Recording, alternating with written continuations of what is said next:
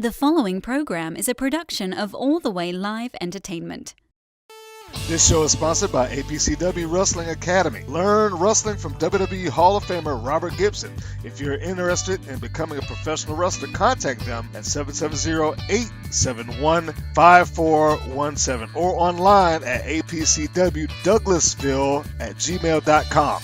Also, by Collar and Elbow Brand. Save 10% on your next purchase by using our discount code WPNRUSSELL. That's WPNRUSSELL at checkout and get a discount on great collar and elbow products. You know, and we all have our 15 minutes of fame, and I'd like to take a couple of my 15 minutes to talk about the rights and the wrongs in the world of professional wrestling. WWE Championship.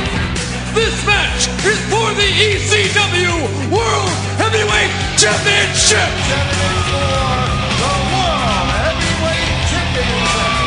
The match and new NWA Heavyweight Champion. We appreciate you guys coming out and taking your time to support women's wrestling in America. This match is for the AWA World Heavyweight Wrestling Championship.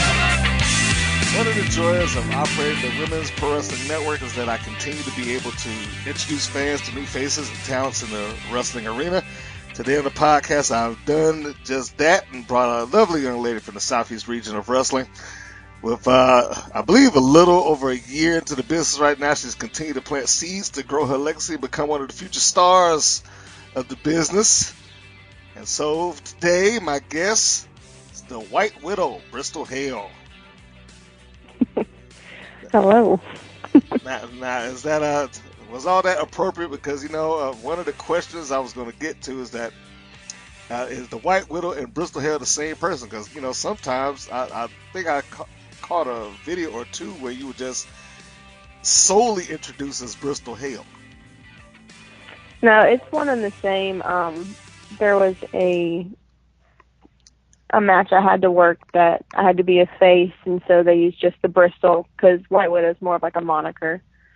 But yeah, it's one and the same person. Me. Oh, okay. All right. Now I just had to make sure because I was like, I didn't get it at the time, and then when I saw it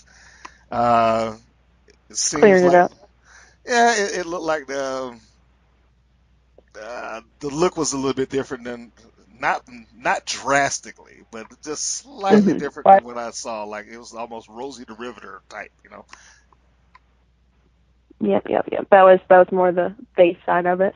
Okay, so when you are working somebody's promotion, the face and the heel persona carry a different look. Yeah, it did definitely for that. I don't know in the future if it will, but I know for the promotion I'm with now, Ego Pro Wrestling, kind of been back and forth between, heel and face just because there's not a whole lot of women's wrestling here, so kind of go with the flow. But now that I'm beginning to be more established as a heel, it'll probably, just stay the darker look, I guess. Okay.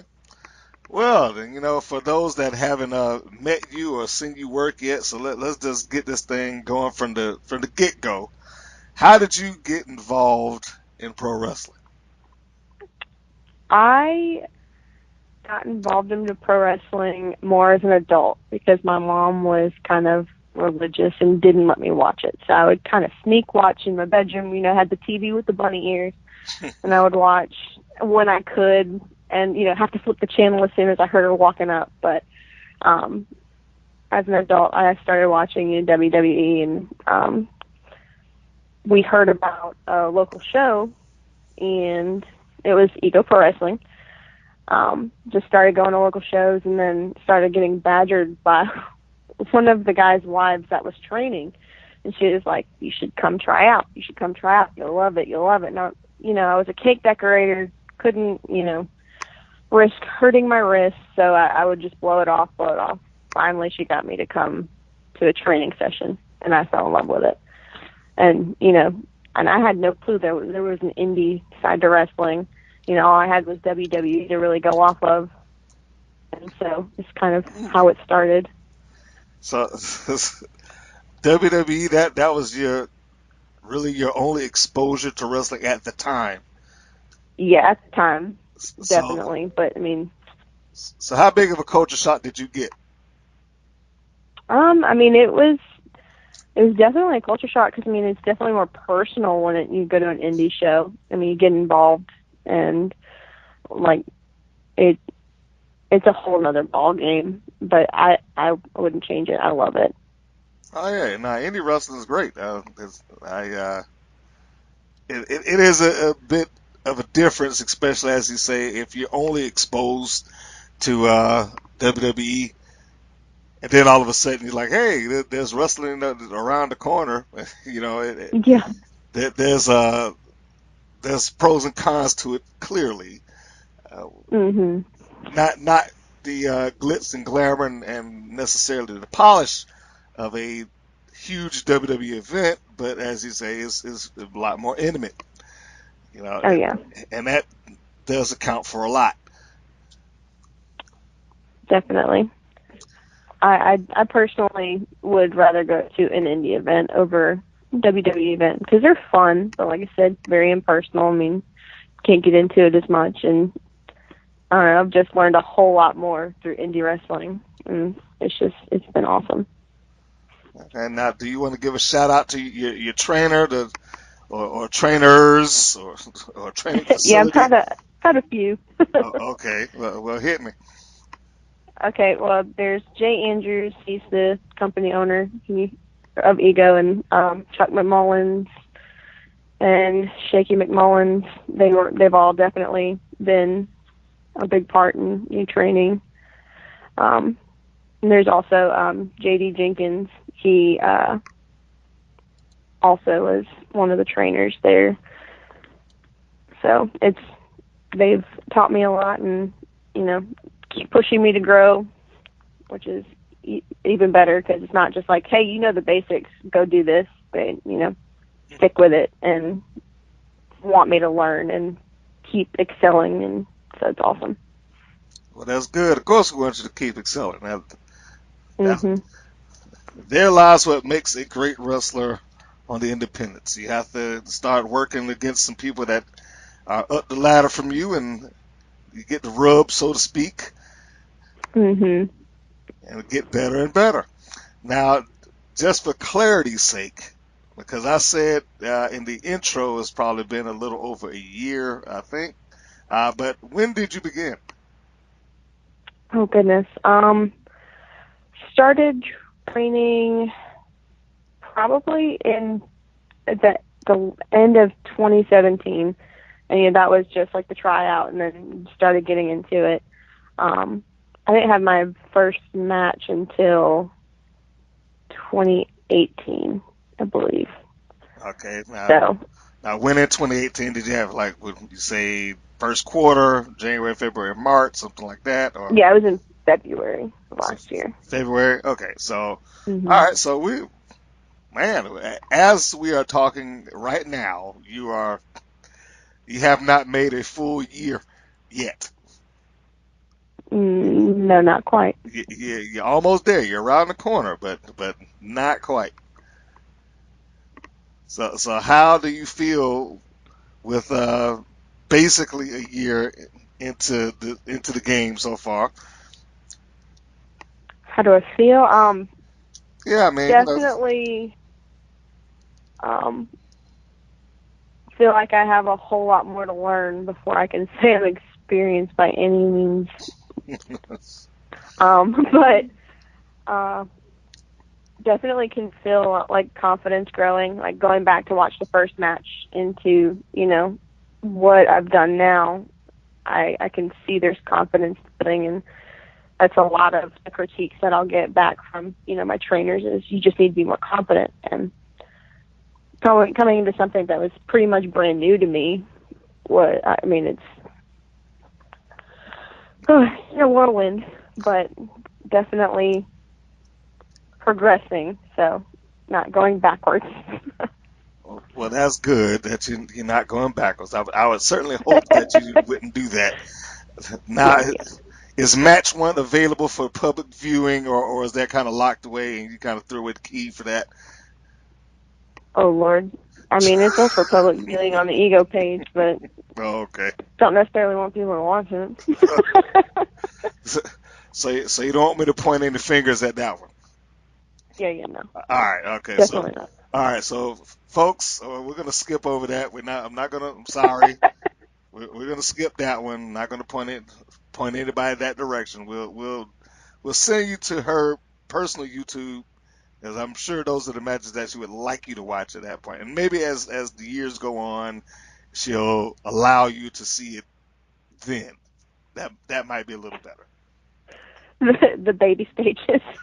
Well, that's what happens. People, when you get a little bit more polished, you can at least feel comfortable. Like, hey, this is where I started. Look at this. This is match one. Check this out. It was terrible, but watch it. Look how far I've come. That's it. We'll do that later. Yeah, Follow-up interview. I have actually Aja Pereira, who is now the Shine Nova champion. I think she's also the girl fight champion. Been doing this for a little bit of time. I don't have her first match, but I have one of her first and earliest matches, and I had her do a reaction video for that. So oh Lord. And, well, that's pretty much her reaction. I watched through my fingers for mine. If you had a chance to look at it, she was very, very.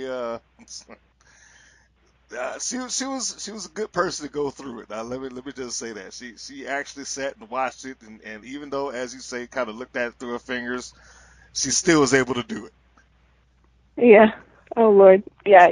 That'll be a little ways from now, but I'll watch through my fingers one day. Okay. So as long as you know that you can handle it later on down the line. But let me just go ahead and put this out real quick, just as a side note, while I'm here in the middle of the podcast, folks, because I have to plug some things every once in a while. If you happen to be in Atlanta, February 15th, as I'm recording this is ahead of that. But Evolve will be in town. Evolve Pro Wrestling and NXT superstar Adam Cole will be in action at that particular event. Evolve 121, Friday, February 15th. You can save 10% on your ticket if you use WPN Russell for your tickets through etix.com. That's etix.com.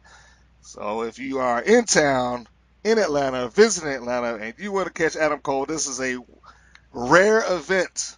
The WWE and NXT do not play well with other stuff, but they are allowing Adam Cole, leader of the Undisputed Era, to appear, and not just appear for signings, but he will be there and he will be in action at Evolve 121. You can go and check him out.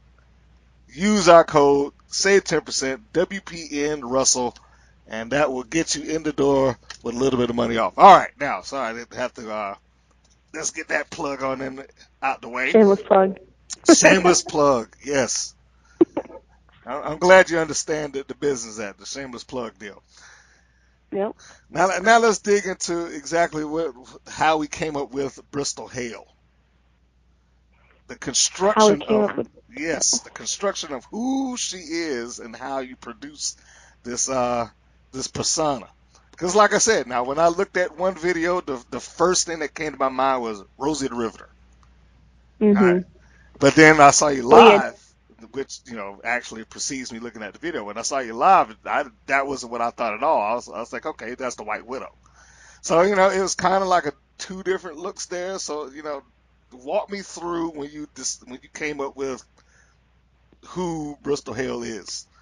Gotcha. Well, Bristol Hayle was kind of she's definitely woman power, like want to be strong and kind of almost pin-up-y, and White Widow is more of like a obviously a strong villain type person, but now I'm kind of trying to combine the two where it's still strong woman, but doesn't take anything from anyone regardless of who I'm fighting. So it's just kind of trying to mesh the two now, because it was so, back and forth between the two before, and trying to turn it into like one cohesive character. If that makes any sense. It does. I mean, again, when you're starting off, and we got to cut some slack here because he's still less than a year as we're doing this. Not by much, but still just slightly less. We'll say a few weeks. So yeah, I mean, it takes a while to really kind of come to terms with who you want your persona to be. Mm-hmm. And I can see that. I mean, I can see the merger of the two. Now, my personal, I don't know if I can say favorite, but the one that left the impression on me was the White Widow version. I'm going to say White Widow proper, what I saw at New South. Yeah. And I actually just got new gear that kind of merges the two together pretty well. Stacy T did my gear, and it's very pin-up-y, but almost kind of, gothic kind of looking. And for that, like the look-wise, it's definitely merged the two together beautifully. So I'm pretty excited about having the look down, and now it's just, just being able to embody that character, that persona proper, as you put it. Well, that's how I like to toss it out. You said Stacy did your gear, Stacy T? She did. Well, shout out to Stacy Stacy, because she has been just cranking out some gear for some people out there, and this is a shameless plug, but I get nothing from saying this. If you want some gear done, Stacy may be the one for you to check into, because she has been on a roll. Yes, she has. And I mean, she's super awesome to work with. Like, takes in constructive criticism, like really listens to what you want, like, and comes up with a design and executes it beautifully. So, and it's gear that's going to last. It's not going to, tear up in a month, because it's top notch quality. Yes, she works extremely hard, and to say that she has people out there that are sporting her gear in places that you can see it would be understating it, because I believe she's cut some gear for Aja, who I just mentioned earlier, Kira Hogan, who is now on Wild Superheroes, and also Harlow O'Hara, also on Wild Superheroes. So I mean, you're in good company if you get your gear done by her. Yep. And that she puts in the same effort too, which is awesome. Yeah. Like for somebody who's in a bigger promotion versus smaller promotion, she's going to put in the same effort, which is amazing. I said, that right there should give you enough reason to make the trip down to Atlanta, Georgia, because she works quite frequently with some of the persons at APCW, which is Robert Gibson's promotion. Just toss that out there, give you a little bit more motivation to take that drive. Yes. Career goals in pro wrestling. Career goals. Yes. I mean, honestly, wrestle as much as possible. Just constantly, adding more ring time is like a main goal right now. Traveling, learning under people that I wouldn't get to learn under just in the South. So just all sorts of things. Like, they're not necessarily like step-by-step goals of where I want to be, but like that's just like the basic of what I want to do. Just keep learning. I want to be a sponge. All right. Now, see, typically when I ask that, one of the first things get tossed up, I want to make it to WWE. That used to be the go-to answer. Although now I think that has changed a bit because the wrestling landscape has changed. Yep, you have so many lucrative promotions. I mean, that aren't WWE that are making it and that are making a bigger impact than WWE in my eyes. I mean, that's that's a moneymaker. WWE will probably be around forever, but it's not necessarily like the top goal for me. Like, it'd be awesome if it, ever happened, but right now it's just kind of reaching the small goals to get to the big promotions eventually. Now, is that something that you said it would be great if it happened, but you're not necessarily aiming for that? No, because it's honestly like it started as a hobby. Okay. And as as I got into it more and more, like, it's something that I've fallen in love with. So I mean, that was never the main goal for me, was to get to WWE. Was, let's have a first match. Did that, and then start traveling. I'm starting to do that. So just make a name for myself and hopefully make my home promotion proud and go from there. Okay. Well, let's lay out a couple of potentially achievable goals, shall we?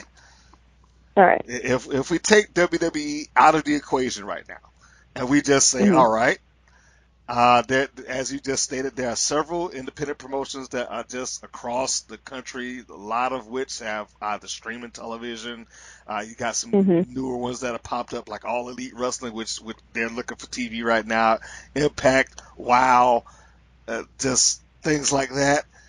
So let's start with something like, say, Shine. Shine, which is a all-female promotion, and that Mm-hmm. runs in Florida. Is that something that you could see yourself aiming for, or see yourself like, hey, I would like to pop over on Impact Wrestling or something like that?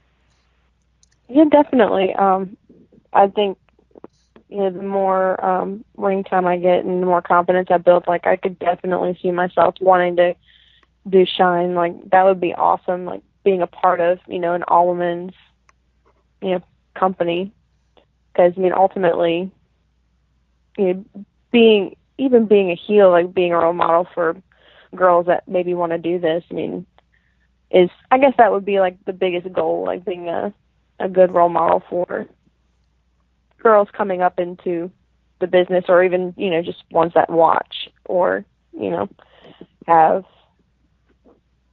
Okay. that maybe want to do it. So part of your drive is to provide the example. Yeah, definitely. All right, that sounds good. Now, along with Shine, and for those promoters out there, I am going to clearly understate the amount of all women's promotions that exist. So, excuse me, but let me try to rattle off a few here. WSU, which does their all women's thing. Girl Fight. I know BCW in Chicago just did one a couple of months ago. I already mentioned Shine, Shimmer, Mm-hmm. Rise, which is kind of a promotion slash seminar type production, would be kind of a wrong thing for it, but you get what I'm going at. Mm-hmm. So there's a lot of option as it relates to that. Do you feel like you're ready to start putting your name out there? That, I guess, that would be the next logical step, because it's one thing for you to be wrestling now. It's another for you to say, okay, now's the time for me to start sending out these videos, or sending out the email and the inquiries. Can I come onto your show? Can I wrestle for you? Do you feel like you're ready? That's a loaded question, because part of me wants to say yes and like just go all out, but there's that part of me that still doesn't feel like I have the confidence built up to do that, or maybe the experience to do that. But I can honestly say, like, I'm almost there. Mm-hmm. Maybe give myself another 3 to 6 months of just traveling to different promotions, wrestling different people, going to seminars, and I feel like pretty soon I'll be at that point where, like, I'll want to, like, send resumes, and because I mean, I already want to, I just don't know if I feel ready. But that's also part of my lacking confidence, which I hate saying, but It's it's where I'm at. Well, listen, I appreciate your honesty about this. I mean, because hey, that's what these interviews are about, right? They're about letting Yeah, people know who you are, and this is part of that process. Is trying to get you out to a different audience, let people know who yeah, you are, what you're doing, how they can find you, all that good stuff like this. This is where definitely. that begins, and who knows, next thing I know, you may be wrestling down in Florida or the Carolinas or in Georgia, Tennessee. Mhm. This Well, may. hopefully. What? I'm not even gonna say hopefully. I'm gonna give you a couple of months. Okay. I, I'm just gonna put it out there now, and once I say it here, then I've already committed myself to that. All right, so Gotcha. let me take myself a quick glance at the calendar. We are in January right now, as this is being recorded. I am going to make the prediction: summertime, 2019, June. That's my prediction that the White Widow would have already begun the Widow's tour, so to speak. All That's right. my guess. That's my prediction. I dig it. Now, I dig it. I'm gonna start working even harder now. I'm gonna push toward that prediction, make it reality. You toss it in the universe. I'm gonna go ahead and grab it. okay, hey, All I'm right. all for it. So there you go, folks. Mr. Green has put Challenge that out there. accepted. Oh, all right, I like it. Challenge accepted. Okay, what is your impression of women's wrestling today? I think it's honestly like it's as strong as it's ever been. I mean, there's just so many talented women out there, and uh, they're hustling, and it's not just about it being about sex appeal anymore. Like it people are looking to actually watch women's wrestling, which is awesome. It is. Now, unfortunately, So on the other side of that, it is a little bit of I can't say uphill battle because you're actually right. There's probably not been a better time for it at this point. But you also have that crop of individuals out there that you're never really going to win that fight with. They're, yeah, they're gonna look at it for different reasons altogether. So, uh, have you had any encounters with those individuals yet? I'll start with that.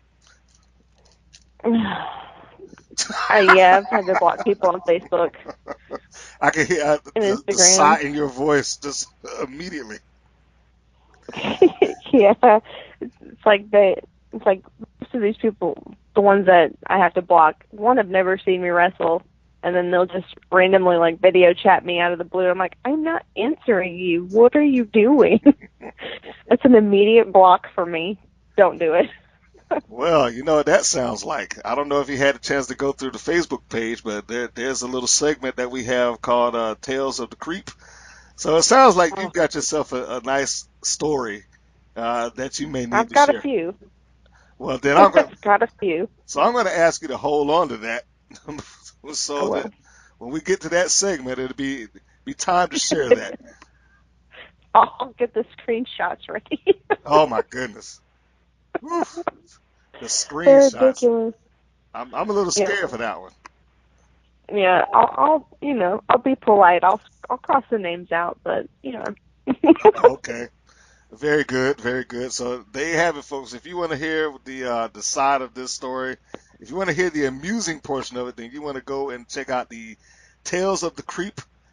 And I guess this one will be starring the White Widow Bristol Hayle as she shares possibly some of you creepy people out there's reactions or DMs or unsolicited photos and things of that nature.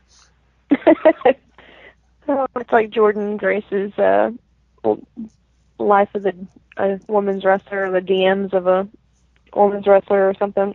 Yes, Hers cracked me up. I can imagine. The fact that well, I'm not really surprised that she had people convinced to kind of share those. Because like I said, even when I started doing that series, the second I brought it up, I was like, oh yeah, I got plenty of stories I could tell you. I was like, oh, all right, well, there we go. There you go, perfect segment. Easy one. Very easy. Very, very easy. So I want you to just take that story, just put it in your brain, just hold on to that. I promise I'll rope it back around in a little bit. We're going to finish the main section of this, and then we'll kind of move on. Tell me something that, as a fan, you had completely wrong once you started wrestling. Like on the outside looking in, you thought one thing, but once you got into the ring, it's like, oh, okay, well, I clearly was totally off about that. Back bumps. I didn't really think that they would have hurt as bad as they did. The first one I did, I was like, oh my gosh, these people are insane. Why would they do this? And you do it because you love it. You love entertaining people. But yeah, that was like off the top of my head. As soon as you started asking the question, I was like, back bump, a back bump, or flip bump, because those are scary when you first start. The back bump. Yeah, I don't think that gets quite as much credit as is due. Particularly the fact that I think, especially people that aren't fans of wrestling, that the immediate response is that you don't get hurt at all. But you do. When you first start training, you got to tuck your chin. You find neck muscles you didn't know you had. Yeah. So the back and your bump. jaw hurt. I mean, yes, the back bump. Obviously, I didn't know what it was called when I was first starting to watch wrestling, but I was like, yeah, I mean, that's got to be like a padded ring. It should be fine. It doesn't hurt that bad. It can't hurt that bad. Yeah, it hurts a lot. Well, I'm sure you've been there long enough to be able to. Why don't you explain exactly the makeup of the ring? Because I've done it a number of occasions. I've explained, at least in my view, okay, look, the ring, yes, there's a certain amount of, I'm hesitant to say padding, because that sounds like it's taking something. There's padding there, but it's not enough to, like, save you from a broken bone if you don't fall properly. Yeah, definitely. I guess it would kind of be the equivalent of sleeping on a piece of foam on a piece of wood. Like, you would think it would help, but it doesn't. Like, you still feel the whole impact of, falling on your back or snapping back to your back. So, I mean, it's not pleasant. You get used to it, but it's not pleasant especially when you first start. Yeah, and it's scary. but clearly you've gotten out of the scary portion of it. You've already jumped past that. You're good to go. I'm good now. You could take 5 or 6 bumps in a row and not think nothing about it. I'll feel it the next day, but I don't think about it when it's happening. But what was the appeal? Because you talked about how you got involved and kind of snuck in and started watching wrestling and whatnot. But it took somebody to kind of coax you along, like, come on, you can do it, get in there, it'd be great and all that stuff like that. But what was the appeal for you to be a fan in the first place? Was it somebody or a particular angle, a particular wrestler? Is there something that strikes you like this was the moment where I knew that I love this? I don't know that there was like a particular moment, other than, when I was a kid and, I was just, in awe of it. Like, I loved watching it when I could. But I guess, I mean, just the moment that I tried out, honestly, is like when I realized, this is going to be for me. Because I never did theater in school. Like, I wasn't a performer. Like, I sang, but it wasn't anything, crazy. But I don't know, the storytelling through a match, I don't know, it just kind of really piqued my interest. Like, it kept my attention. And, these days, you can watch a TV show and be on your cell phone. But, I mean, when I'm watching wrestling, like live especially, it just keeps my attention and something that I enjoy personally. So, like, getting to run matches for other people, I guess, is kind of where I'm getting at. Okay. I got you. Especially at live shows. Okay, fair enough. So the appeal of the art of it. Mm-hmm. That a good way to put it. Yeah. All So it's right. very articulate. I like that. Well, there is an art. There's an art there to get the story across, especially when you're working at a wrestling promotion. And let me just go ahead and say now, there's only one pet peeve that I have that stands out in independent wrestling is that when they have somebody commentate over the loudspeaker, for whatever Oh, reason, yeah. that just drives me up the wall because in my mind, if you're commentating on the loudspeaker, invariably you're going to say something that either wrestler A, wrestler B, or the referee is going to have to completely ignore because you've just told everybody else listening to the audience, oh, he's got a chair, and now I got to ignore the fact that you said that. And Mm-hmm. that, Exactly. it dumbs it down quite a bit. And I say that to say Mm-hmm. now, if you are able to show or get the story across to people without having somebody tell them that, live, then you're Mm-hmm. doing your job. Yeah. Now, granted, Exactly. it is great to have commentary, in a video environment because that's what I do. I do both ends of that. The video, I've done the commentary, so I'm certainly not going to downplay what I do. But in a live environment, I just prefer it. I just want to see the wrestlers do what they do without me saying, "Oh, there's a body slam." I don't need to call every little thing.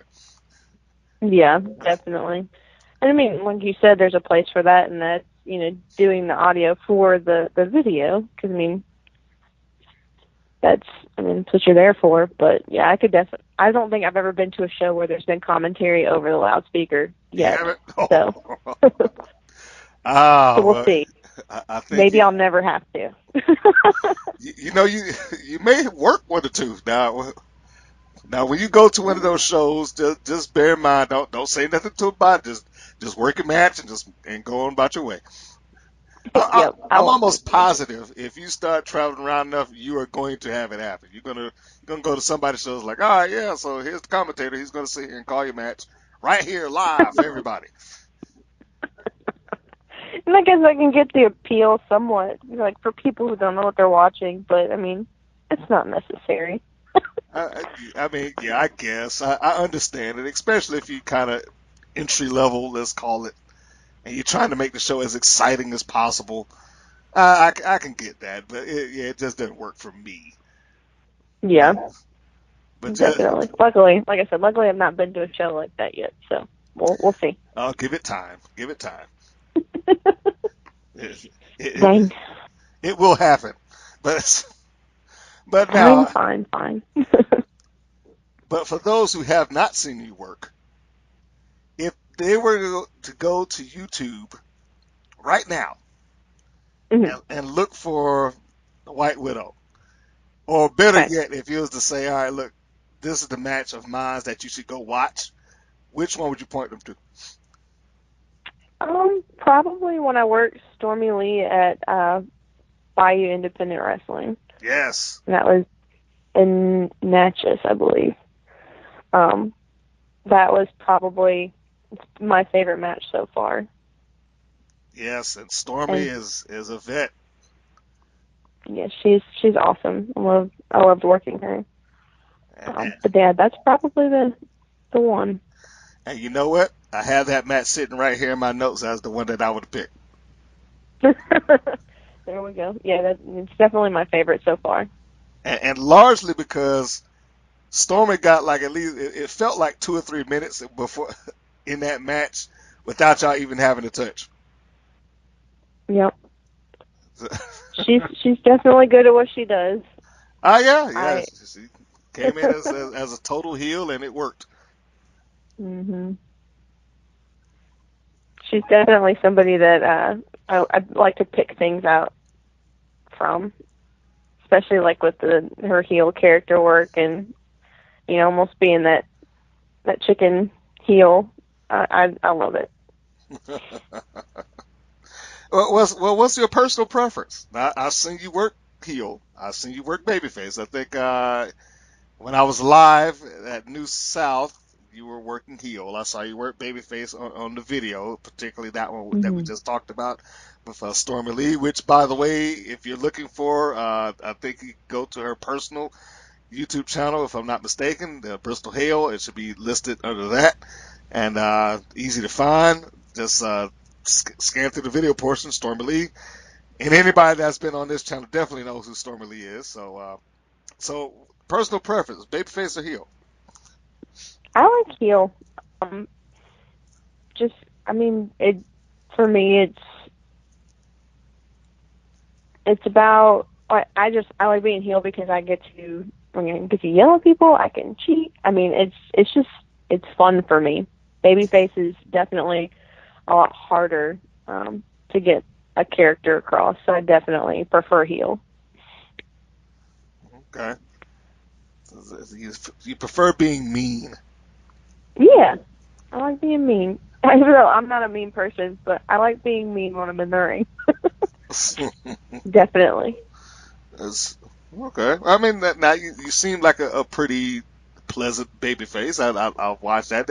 I didn't see anything ridiculously wrong with that when you were working babyface at all, for that matter. I mean, I know one of the it's hard to kind of gauge how much of this I'm supposed to be doing when you're babyface, because you want to come out and clap for me, stuff like that. I know that could get a little trying, but beyond that, Yeah. I thought you did a pretty fair job. It's like, let me just come out and the people will get it, and as they kind of I rise appreciate up, it. as they kind of rise up, you go along with them.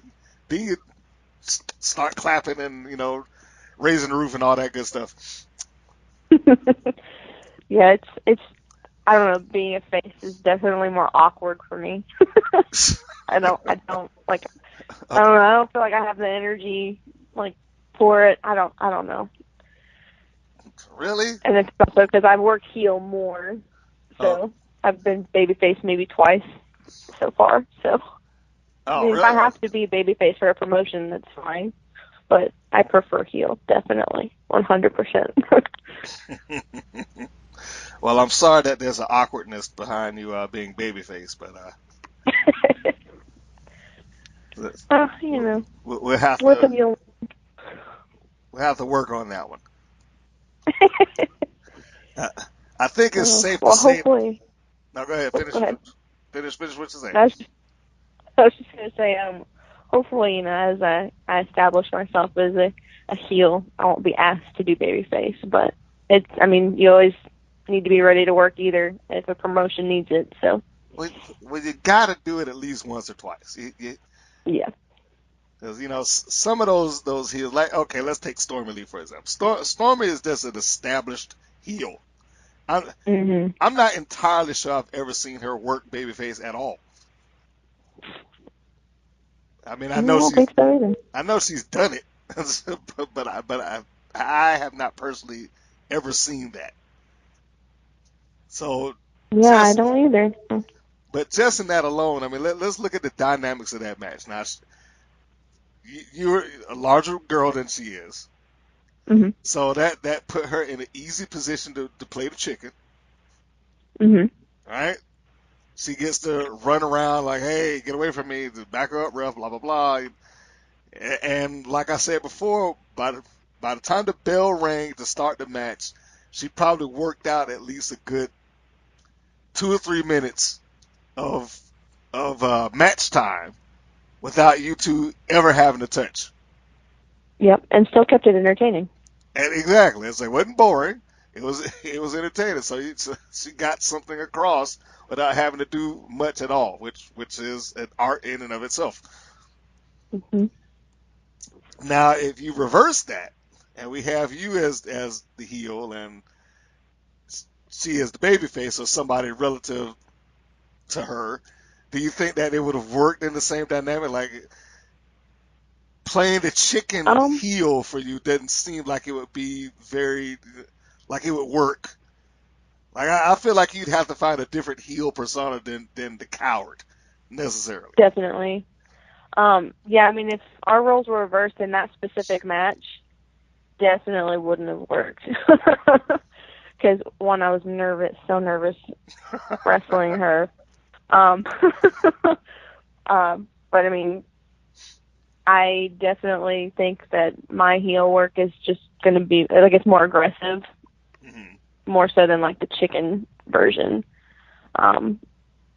So, like, I'm going to be more of an aggressor rather than, running out of the ring and, stretching, doing jumping jacks, being entertaining. It's silly, just working that part of the match. But, yeah, if we reverse those roles, it wouldn't have been anything like that. I don't think. It would have been a completely different match. Yes, it would have. Yes. Completely different.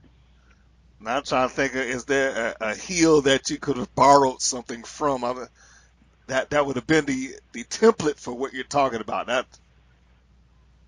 Trying to think. Somebody who I really do like that I've watched a good deal of matches is Lufisto.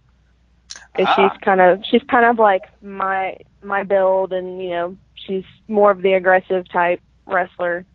So yeah, she's definitely somebody that I kind of pick matches apart and look for little things to use, I guess. But yeah, I really do enjoy her work. Okay. So that sounds like a good person to be able to pick some stuff apart from.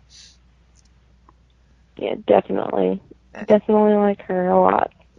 And when the time is right, she does know when to back it off, even though she is by most accounts a larger girl to some of those that she's working. So I guess it's a matter of the timing of when and where I turn into the coward here. Yeah, definitely. When Bristol Hayle finishes her opponent, she does it with what? What is the big finish here? Have we worked that out yet? Well, my trainers have kind of gone back and forth with what I've used. But like right now, it's the X Factor. I personally have not found something that like I just have fallen in love with. Like I really like using the spear, but I know it's very overused, so kind of just use that throughout a match. Yeah, but the X Factor is too. I mean, why not? Yeah. Yeah, exactly. It's a little more aggressive too, which I like. But as of right now, I don't think that I've found my perfect finisher yet, I guess. But I'm still playing around with things. Well, what suggestions have you had? I mean, I hear you said you were going back and forth with your trainer about it. So what's been tossed up in the air about it? Trying to think. Now that like I always have a brain fart when I'm asked about moves. I'm like, every time. Okay. Well, let's see here. Is it something that you're using as a transition move now, or it's something that just totally off of your menu? Well, I mean, we've talked about like doing a leg drop, which I kind of like because with my size, it looks big. But that was my suggestion. I have it typed up right here. I said that was my suggestion. My suggestion is the running leg drop. Yeah, I really do enjoy that one because I actually worked when I worked Taylor at New South. I worked her at my home promotion at Ego, and I did a leg drop like it was part of just a transition. But the guys up top, they're like, it looks like you killed her. I was like, well, that's good. I kind of want to use that. So I guess. Yeah, the running leg drop would definitely be one that I would like to use. I would think so. Now, you have powerful legs. It comes. I think it would be very easy visually for people to say, all right, she lands that on you. That's it. The match is done. You go. and once they're educated to it, I mean, it doesn't have to be overly flashy or anything like that. I know some people get the ideas like it's got to be something super flashy, got to come off the top rope or whatever the case may be. It's like, no, you don't have to have that. And I'm short. I don't do top rope. It scares me. Oh, come on, you got it. Surely you must have been up there at least once or twice. I mean, I've stood up there, but but it is higher than what is perceived to be. Yeah, it really is. It's scary. That's one thing I'm still scared of. That top rope, boy. Freaks me out. Well, again, at least you're honest about it. Can definitely tell you I'm not a high flyer. But can you imagine the match? Just picture it now. Bristol Hayle versus whoever. You're going back and forth. 15 minutes in, you land to your big finish. It doesn't work. And you've already educated the audience that the running leg drop is the finish, and I couldn't put her away with it. But I put her down one more time, and I go to the top rope for the super leg drop. Oh, Jesus. That gives me anxiety just thinking about that. I don't know. I'd have to try it. Oh, God. Nope. You're making me think about things I don't want to think about because you're, like, putting ideas in my head, just, like, planting seeds. Don't do that. I see you. This is what I'm supposed to do. This is the rights and wrongs of Pro Wrestling Podcast. This is an extension of the Women's Pro Wrestling Network. Cheap plug, YouTube and Facebook. And as I do these things, I am supposed to try and construct these scenarios as best I can. In fact, as I'm talking to you, I'm thinking, you know what? If I get her down here, I wonder who I can match her up against. I've already, this is all just running through my head as we're talking right now. So, just bear with it. And I'm saying everybody has to have, that marathon match. That's what I'm looking for. You got to have that good marathon match where the big move just simply wasn't enough because my opponent was too tough for that. Wouldn't go down. Mm-hmm. But coming off the top, see, these are things you've already educated the audience that coming off the top with the move that I already do is only going to make it that much more devastating. Well, what about the second rope? You could do the second rope. Second rope could work. Let's go to the second rope first, and then I'll try it and graduate to the top. Second rope could work. They just got to believe it. That's all. They just got to believe that Yep. She's coming down with the leg drop. Boom. That's it. Yep. Hey, put them away. Hogan made a career off of the leg drop. Beautiful Bobby. Now you probably don't want to do his because he came off the top rope, but still, he made it. He made a career off of that thing. Yeah. So I guess there I'll it try is. anything once. So all I'm saying is the suggestion of Mr. Green, and I have it sitting here writing my questions. I can forward it to you if you want to know. That my suggestion is the running leg drop as the finish. I think it'll work. Yeah. It's definitely one that I've played around with, so I do like it. I do dig it, so. All right. Now I find that most wrestlers I talk to book themselves out as far as possible. How far on the calendar are you thus far? Really, I just have mostly just March booked at this point. That's 2 months. And most of it, well, most of it's with my home promotion, but yes, like I said, still working on building the resume before I feel like I'm ready to send it out. But like I said, I got till June, so remember your prediction. That's right. Per the prediction, you have till June. So, but you still that's 2 months. That's you're out as far as March so far, but you have an open window for some promoters who may want to bring you in. I'm assuming, yes. Yes, definitely. So if they begin to contact you, then you'll at least give it consideration. Oh, of course. Just bear with me on getting videos and stuff. because I don't have a whole lot yet. But well, we have to talk about that too, because I did look at, like I said, the YouTube when I was doing the research for this particular interview. I had to go. I was like, all right, I've seen one match live. Now I got to watch a couple more. So I went through a little bit of marathon of the Bristol Hayle matches. And yeah, I know you got to pick out a few more, and that gets difficult because not every promotion, right or wrong, or better or worse, don't always have cameras available shooting the match. Mm-hmm. Which makes it difficult when you're getting started because now you don't have anything that you can send. And if you're shooting it yourself, it's not always necessarily what they're looking for because some promoters turn away just based on the quality of the video. Yep. So it's a slippery slope, yes. But we're going to work on that, I'm sure. Now, one thing I did notice is that you have worked intergender matches as well as the women's match. Is there a particular preference between the two? I mean, at this point, I'll wrestle anybody. I do prefer wrestling women, but it does not bother me wrestling men. I mean, I train with nothing but guys, so I mean, it's not weird for me or awkward for me to wrestle men at all. Okay. But I do prefer wrestling women, but it does, like I said, it doesn't bother me either way. I just like wrestling. Well, I'm glad that you like wrestling.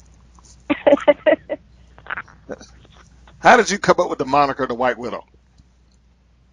Because there's several Black Widows out there, that, or at least two within this region that I'm aware of. It's kind of based off of a not gangster, or even it was a, how do we want to say, terrorist. It was a name given to a very fierce woman that didn't do things by the book. Is that Samantha? I can't pronounce her last name. Lithwaite. Do what? I say, is that Samantha? I can't. I have difficulty pronouncing her last name. I want to say Luthwaite. Samantha Luthwaite, something like that. When I did research on the White Widow, and I did see, of course, the actual White Widow spider, and I saw somebody whose name was attached that as listed as terrorist, and that young lady who came up. Very loosely based on, just a very unorthodox woman. Okay. So your origins as to the name are somewhat similar to Steve Austin's. Yeah. I do recall he said something to the effect that the Stone Cold persona originally started as loosely based on a hitman that was in court that he was watching on TV one day. Yeah, I definitely. 'Cause I mean, it was a name, that was kind of given to me and told me to kind of research this person, and that's how it kind of came about. Okay. Because I was kind of given the name by the trainers and they basically told me to make it my own. So. Yes. So, with that being the case, do you ever perceive yourself like, you know what? I think I want to change my name.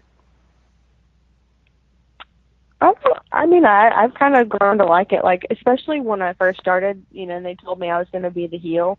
Mm-hmm. I was like, I don't want to be the heel. I don't want to be mean. And it was completely I didn't want the name. I didn't really want anything to do with being a heel. But as I've been in it, I completely love it now. But it's kind of grown on me, and it's something I'd like to keep. Okay. I like it. I love it. So you have, but I was kind of against it at first. So you have really grown into the role now. Yeah, definitely. All right. Well, that's good. Then you don't have to go through the same kind of ups and downs that some people get when they first start wrestling, when they're assigned a name. It's like, well, I got this name given to me, but it wasn't who I was. That whole story. Yeah. I've And heard like that I a said, I number of didn't times. yeah. And I didn't really have any kind of like expectations, or like I didn't know who I wanted to be in wrestling. So when it was given to me, it wasn't like a shock, like, oh my gosh, I don't want to do this. It was like, okay, I'll figure it out. Well, I guess as long as they didn't give you something that was just completely ridiculous or off the wall. Yeah. I want you to be Annabelle. I want to dress you up like a doll and get out there and Oh scare people. gosh. That'd be terrifying. Well, now, don't think that some promoter out there probably won't take us. That's great. Well, that's a brilliant idea. Let's do that. You just gave somebody an idea. I probably have, and I'm sorry. Whoever has to be Annabelle, we are sorry for this interview. Yeah, I apologize now, but needless to say, you will not be able to use the name Annabelle, so you're going to have to come up with something on your own. Exactly. I don't know. Maybe they'll just slightly alter the name. I don't know. Yeah. But yes. I mean, they'll come up with something if they want to use it. I'm sure. As they all will. It's time for random questions. So now, you know what we're at in this portion of the interview? This is the segment that I like to call Random Questions. Oh, goodness. I'm ready. Go. For those who are new to that, this is, I like to ask some stuff that aren't necessarily wrestling related, just to keep the vibe of the interview just moving along. So she has gone through a number of stuff answering about who she is, how she got into the business, with the moniker that she's got. But now, let's get some regular random stuff tossed in there. And you just said you're ready, so I guess here we go. All right. Guilty pleasure food. Pizza. What do you know about the white widow spider? There isn't one. Ah, incorrect. There is a white widow spider. No, there's not. Yeah. I don't believe you. I'll have to look it up later. There's a white widow spider. There's a black widow. Yeah, there's the black widow is very common, and I did not know that until I looked it up myself. According to the site that I went to, that there are several different colors of spider that are listed in the, I guess, quote, widow family. Okay, I'll have to check that out. I have to check that and verify that.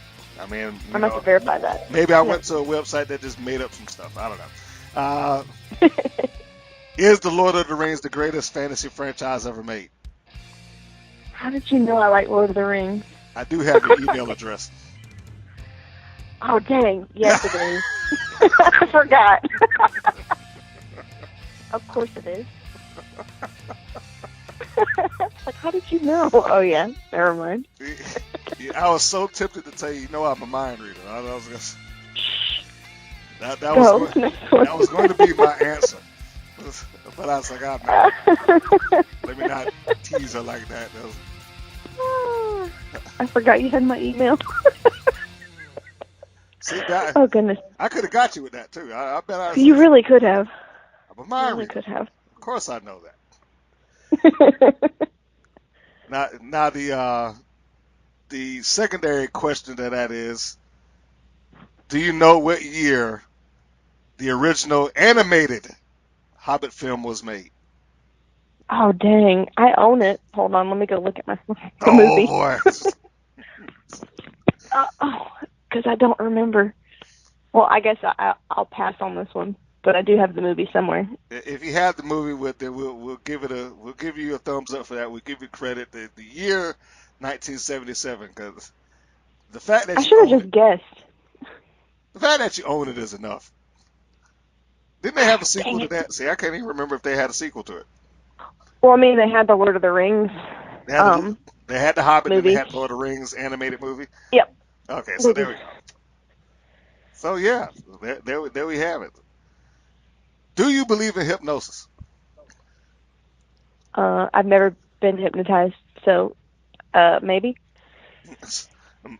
That's a middle of the road answer. Okay, I'll say no then. Okay. What TV show has you currently engaged? Something that you watch regularly or attempt to. I watch The Office every night, but new is Castlevania. Okay. I haven't watched any episodes of Castlevania. Any good? Oh, it's so good. So good. Okay. It's about vampires. If you like that kind of thing, it's amazing. Let's say I like the game. I played the game before. Now, the question, I guess, would be, I'm pretty sure you don't have to have played the game to watch the show, but in your opinion, would it help you at all to have played the game to watch the show? I've never played the game, and I love the show, so I have no idea. I guess that answers that question. Name an occupation that you hope never to have to do, and why? Occupation, babysitting, because I don't like throw up or poop. So daycare worker. Okay. Well, yeah, if you don't like throw up or poop, that would be the wrong job. I can't handle it. Can't handle it. Wow, that was pretty easy. If you had a time machine and you got to go back and tell your younger, let's say 10 years removed, tell your younger self some advice, life advice, what would you say? So 10 years ago? 10 years ago. 10 years ago from right now. 10 years ago from your current age. You go back and tell your younger self, hey, me, this is what I need to say. I was 18. I just dated myself. Anyway, I would probably. I purposely avoided asking age and all that stuff. Now you put It's that fine. out? Okay, all right. It's on Facebook. It's whatever. Okay. I would probably tell my younger self to start decorating cakes earlier, because I would have been way better back then at that. Okay. So you would have got the career jump start. Definitely. Now, as a side question, just because you brought it up, what got you into decorating cakes? Well, I worked at the same grocery store. I started doing cashiering, and then I got moved to the bakery. Mm-hmm. And my friend that was the cake decorator was like, "Do you want to learn?" I'm like, "Not really," because I hated doing it in culinary. In Votech, so just kind of had to learn how to write on cakes, and then decided I wanted to try it and started decorating cakes at a grocery store. Wasn't too good back then, but it was a learning experience. But yeah, I definitely would have told myself to get started way sooner.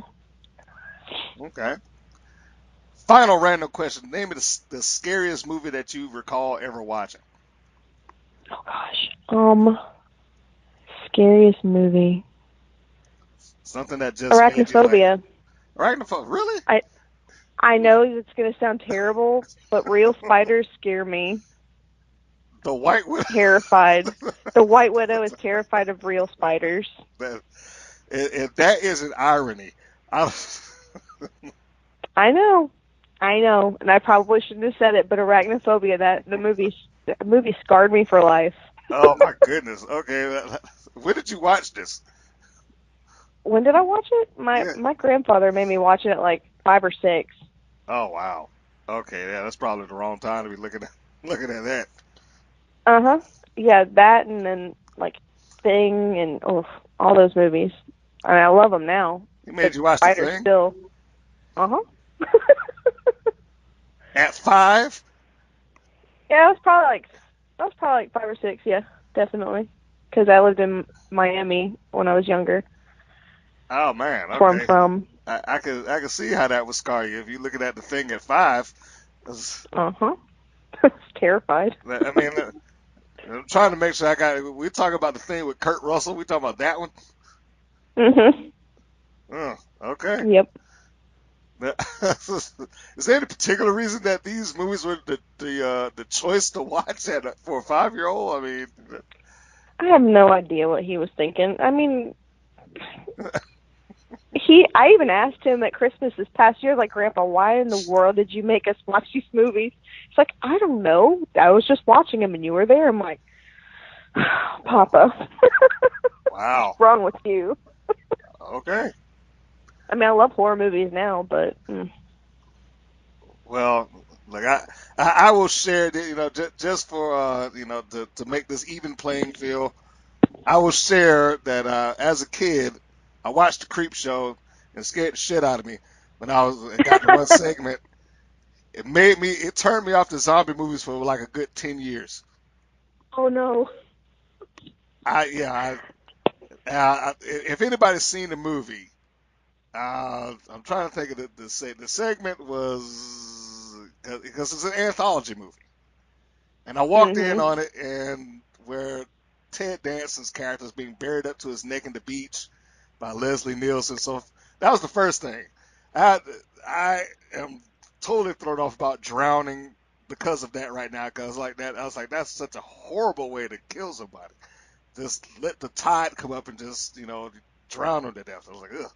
And then he comes back, and he and the guy, the guy and the woman that this person tortured to death in the Creep Show, they come back as zombies.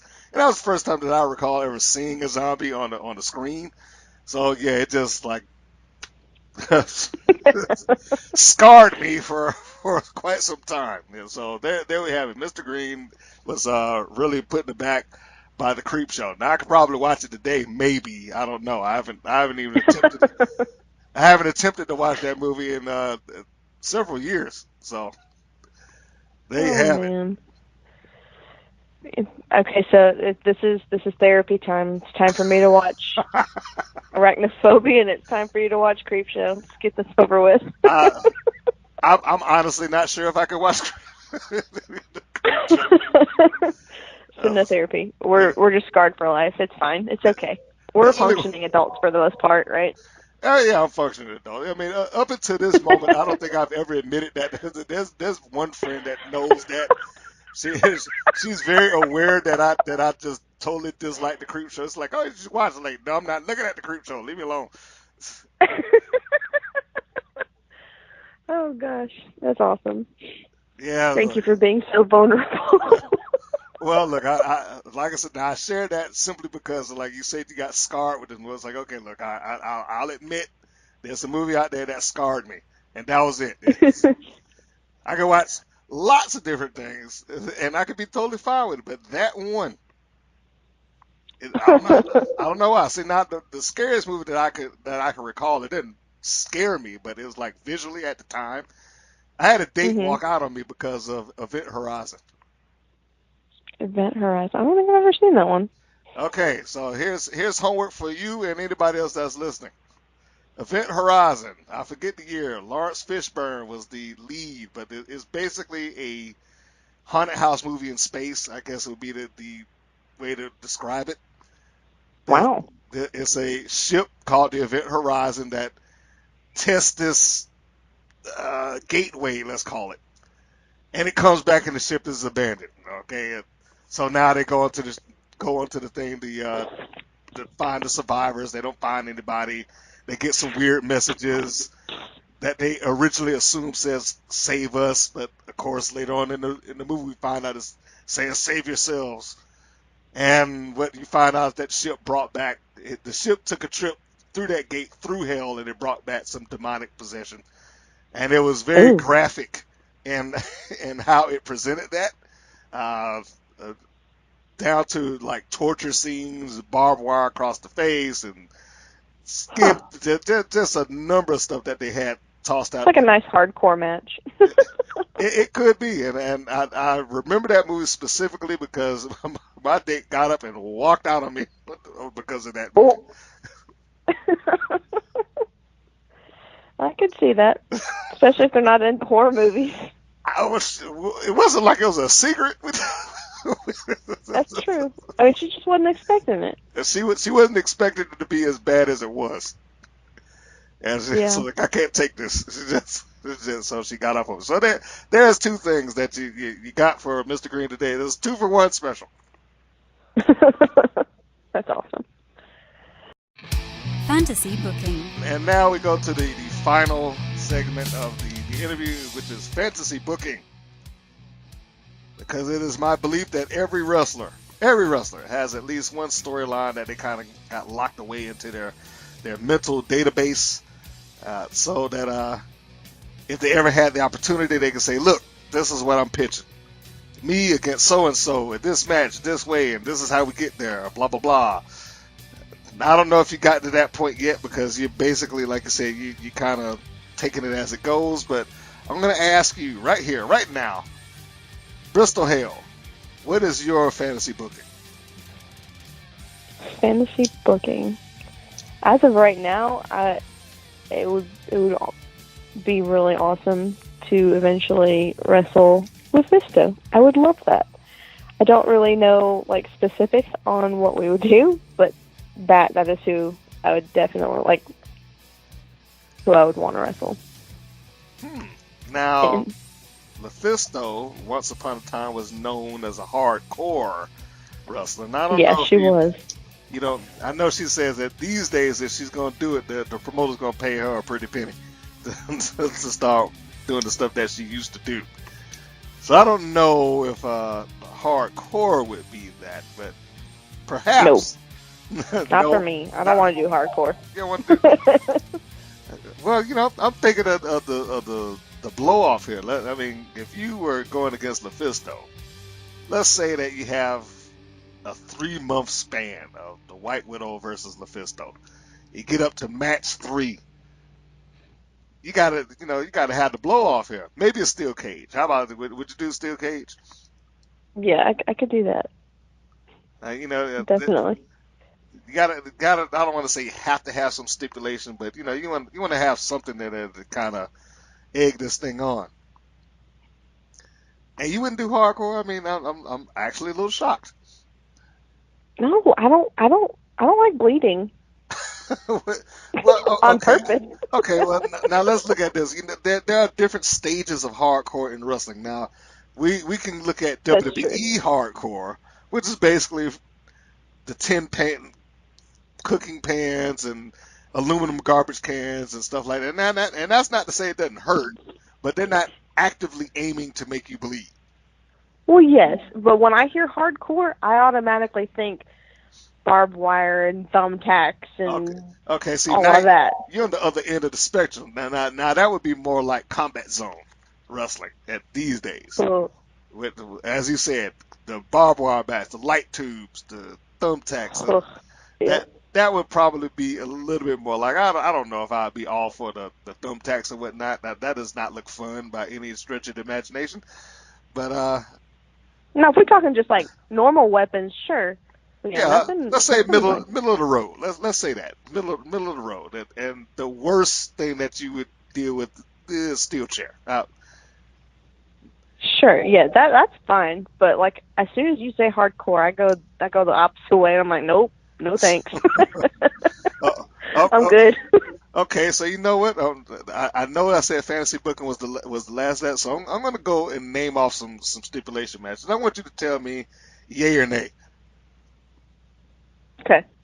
So we start with hardcore. You basically, if that's middle of the road, you're saying okay. Mhm. Yeah. Ladder match. Oh, heights scare me, but I would do it. Okay, you'd suck it up and you do it. Mhm. I'd be terrified the whole time, but sure. Tables. Yeah. Lumberjack. No. Bull rope. Bull rope? Have you seen the bull rope match? Yeah. Maybe. So that's a maybe that you would do it. Yeah, maybe. Okay. Iron Man. Yeah. Handicap. And let me specify handicap. I say, what's the handicap? Yeah, see, I knew that was going to come up. So handicap being you are the one taking on the two or more. Yeah. This is very unlikely, but I'm just gonna say it just because. Scaffold match. You say scaffold like up top, like ceiling? Yes. You know, They don't. I can't. I couldn't. They really don't do those anymore. I think that's just looked at as too risky. That match would not be very eventful for me. I would be up there just like clinging for life, crying. That's a no-go for me. Oh, okay. Well, no, I think you. I'll say it anyway. Taipei death match. Do you know what that is? Oh, what? Death what? Taipei death match. Have you ever heard Okay, of that? I know death match. What the heck is a Taipei death match? Taipei death match is something that originated in the ECW, if I remember correctly. It would be two combatants taping their fist up. You got to tape them up heavy. Mm-hmm. Dip them in glue.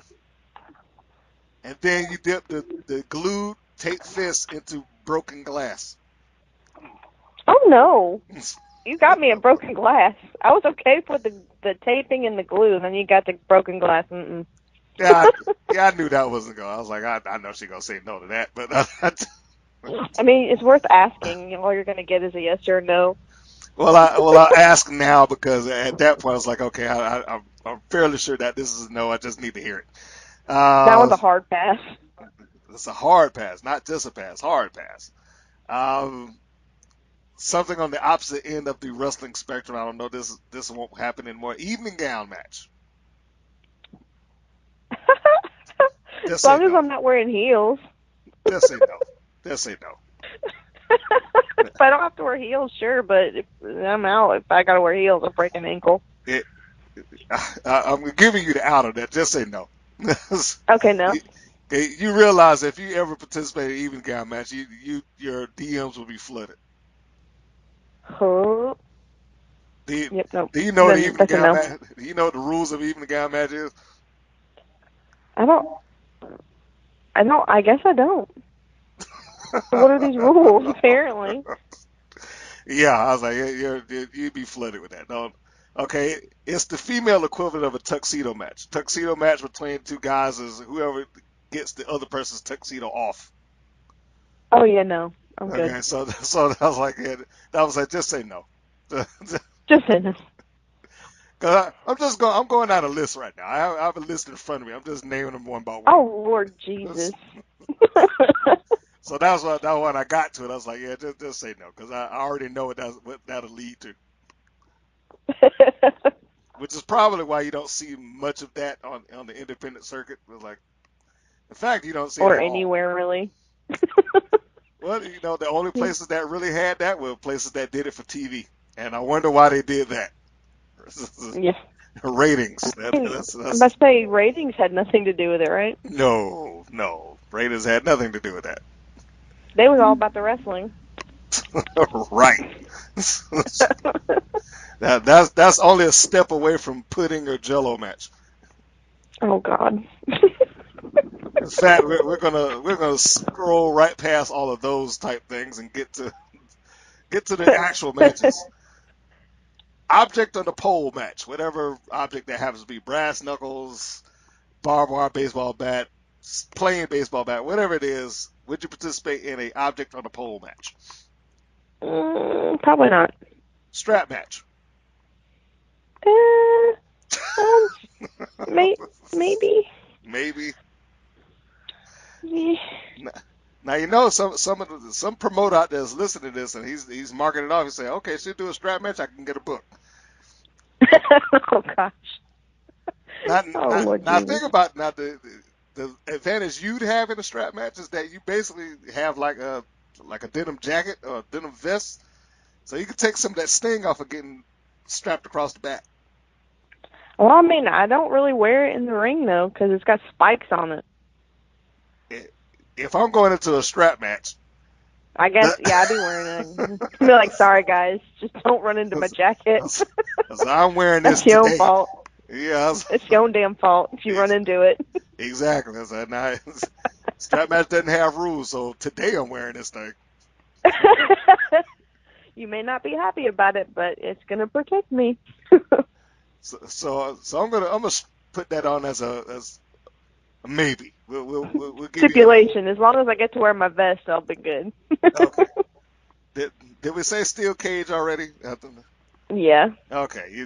that was the Lucisto one. Yeah, Yes, I would there you do go. that. That's right. I don't know. I want to see a war games.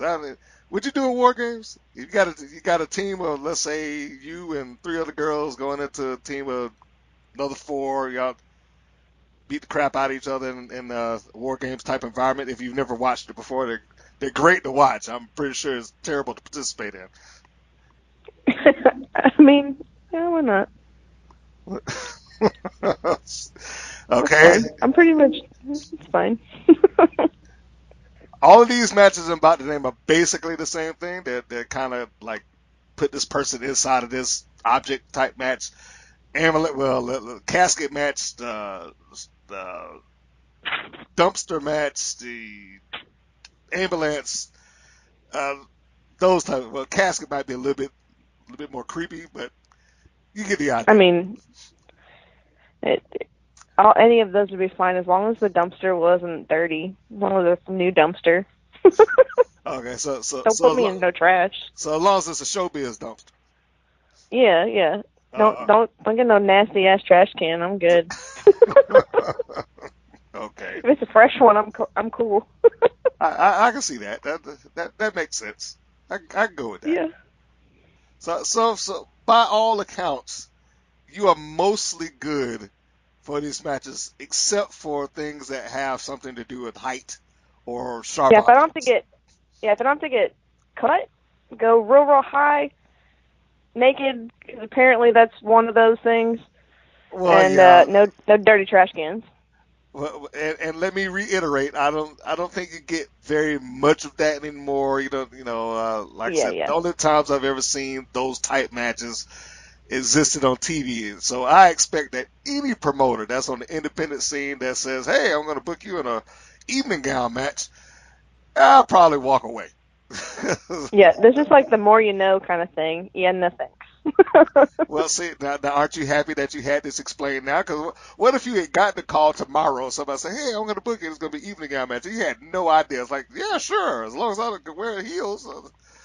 No, that, and then usually, like, if I don't know something, I'll look it up. I'm like, I'll make up my mind after I look it up. Usually try and do some research first. Well, that's good. At least you have this sense of mind, like, okay, let me make sure I check this out before I actually say yes. So there we have it. Yep, definitely. Try and check stuff out, make sure it's legit or safe. Well, there you have it. So there we go, promoters out there.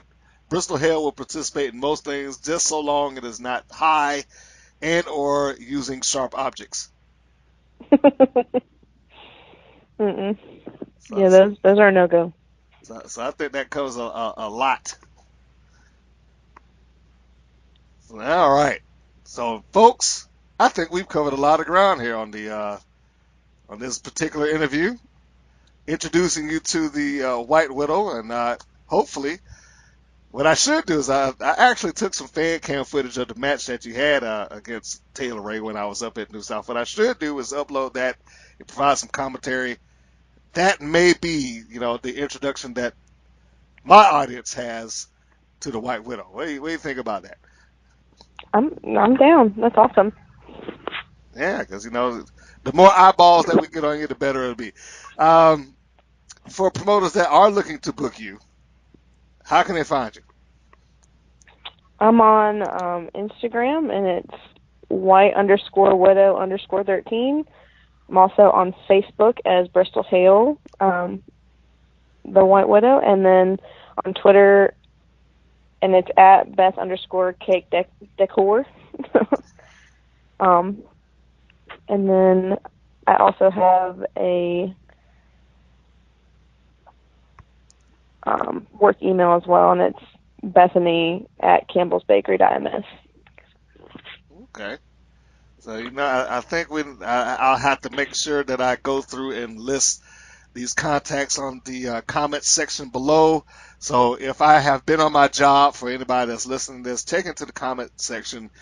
You should see some of these contacts for her. So please, let's keep this for business purposes, not just to be jaw-jacking or, yanking her ear off or nothing like that. Just if you want to book her for a show, a legitimate show, let me specify. If you want to do that, then please, by all means, contact her. She's available, and I've already put the prediction out there. So yes, we want those promoters to come through. BCW, I'm talking to you. Chicago, you had a nice all-women's show a couple of months ago, so I'm adding a new name to your list. That's awesome. Thank you so much. Absolutely. And as for me and the Women's Pro Wrestling Network, if you have not followed on our various platforms so far, please do so. You can catch us on Twitter and Instagram. It is easy. It is WPN Wrestle. If you're listening to this podcast, you can catch us on iTunes and wherever you listen to your podcast, because we're on a lot of different places. All you got to do is scan for WPN. It will pop up. I promise it's probably the only WPN that you can possibly get in podcast format. If you have not followed on the other things like our Facebook, then what are you waiting for? Just get in Women's Pro Wrestling Network, all one word. Hit that like, and you can see all the good stuff. Some of the videos that have been exclusive to Facebook, the Tales of the Creep series that's on there, a couple of matches that were lost because I didn't put it up on YouTube, but it's only available on Facebook. You can go there. And speaking of YouTube, Women's Pro Wrestling Network there, all one word. We are 8,000 strong and growing. So you should jump on that. Get into the following. And if you want to support the channel, that is one of the best ways to do it. You can follow, you can like, and you can also send in your suggestions and comments, because who knows? I may book the White Widow one day. Well, that'll be exciting. It will be exciting. I look forward to it. And I'm actually going to work on that. I think I am. I'm feeling convinced that, I should book more often in 2019. I only booked like 3 or 4 matches last year, but this year I'm feeling like I need to up the ante just a little bit. There you go. That's your challenge for 2019. Challenge accepted. There you go. So, folks, it has been fun having the Widow here, and I'm going to hold her just a moment so I can get her particular Tales of the Creep episode. But this segment that you're listening to is done. You want to catch the rest of that, you got to go over to the Facebook page and you got to listen to her story over there. So for me and the White Widow, this is Mr. Green saying so long, everybody, and catch you on the next podcast. Thank you for listening to the WPN's Rights and Wrongs of Pro Wrestling. If you have questions or comments, please contact us via our Facebook or our YouTube channel at the Women's Pro Wrestling Network. If you're new to the WPN, feel free to subscribe to our channel and like our page. We appreciate your support. Thank you again for listening.